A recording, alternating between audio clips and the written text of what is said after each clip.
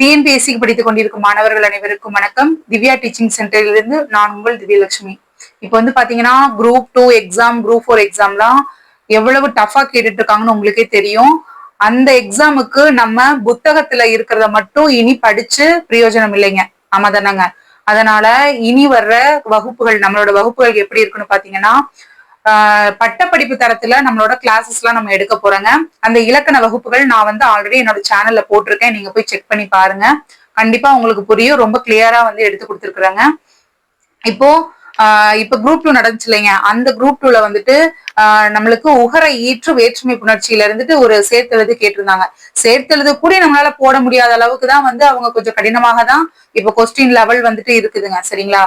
அதனால நான் உங்களுக்கு தொல்காப்பியரோட எழுத்ததிகாரம் முழுமையா ஒரு வகுப்பா எடுத்து தந்துடுறேன். சரிங்களா? நீங்க அவுட் சோர்ஸுக்கு என்ன படிக்கணும்னு சும்மா தேடிட்டே இருக்க வேணாம். புணர்ச்சி விதிகளின் அடிப்படையில நான் உங்களுக்கு எடுத்து கொடுத்துடுறேன். சரிங்களா?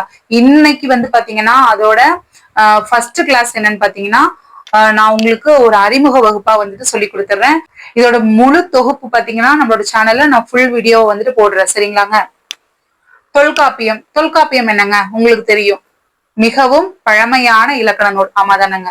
ஆனா என்ன சொல்றாங்கன்னு பாத்தீங்கன்னா, தொல்காப்பியத்துக்கு முன்னாடியே நிறைய இலக்கண நூல் இருந்திருக்கு அப்படின்னு சொல்லப்படுது. அதையெல்லாம் தொகுத்து தொல்காப்பியர் என்ன பண்ணிருக்காருன்னு பாத்தீங்கன்னா, அவரோட நூல்ல என்ன குறிப்பிட்டிருக்காருன்னு பாத்தீங்கன்னா, என்ப என்மனார் புலவர் புலன் நன்குணர்ந்த புலமையோரே அப்படின்னு 240 இடங்கள்ல இந்த சொற்றொடர்கள்ல கொடுத்து வச்சிருக்காரு, குறிப்பிட்டிருக்காருங்க. சோ இதுல இருந்து என்ன தெரிய வருதுன்னு பாத்தீங்கன்னா, இதுக்கு முன்னாடியே நம்மளுக்கு இலக்கண நூல்கள் நிறைய இருந்திருக்குது. எதுக்கு முன்னாடிங்க? தொல்காப்பியத்துக்கு முன்னாடியே அப்படின்னு தெரிய வருதுங்க. தொல்காப்பியத்துல இருக்கிற 3 கூறுகள் என்னென்னு பாத்தீங்கன்னா, எழுத்து, சொல், பொருள். சரிங்களா? இந்த 3 அடிப்படையா வச்சுதான் இப்ப தற்காலத்துல நம்ம என்ன பண்றோம்னா 5 இலக்கணத்தை நம்ம யூஸ் பண்ணிட்டு இருக்கிறோங்க. என்னென்னங்க? எழுத்து, சொல், பொருள், யாப்பு, அணி. சரிங்களா? இப்ப பாத்தீங்கன்னா, பொருள் அதிகாரத்தில் அகப்பொருள், புறப்பொருள் இலக்கணங்கள் தான் பொருள் இலக்கணம் எனப்படுகிறது. சரிங்களாங்க?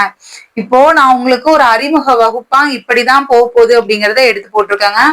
ஃபுல் வீடியோ கிளாஸ் உங்களுக்கு நம்ம சேனல்ல இருக்கு, நீங்க பாருங்க. சரிங்களாங்க? இனி அடுத்தடுத்த வகுப்புகள் நான் தொடர்ச்சியா போட்டுட்டே இருக்கிறேங்க. நீங்க நம்ம சேனலை சப்ஸ்கிரைப் பண்ணி வச்சுக்கோங்க. கண்டிப்பா உங்களுக்கு யூஸ்ஃபுல்லா இருக்கும்.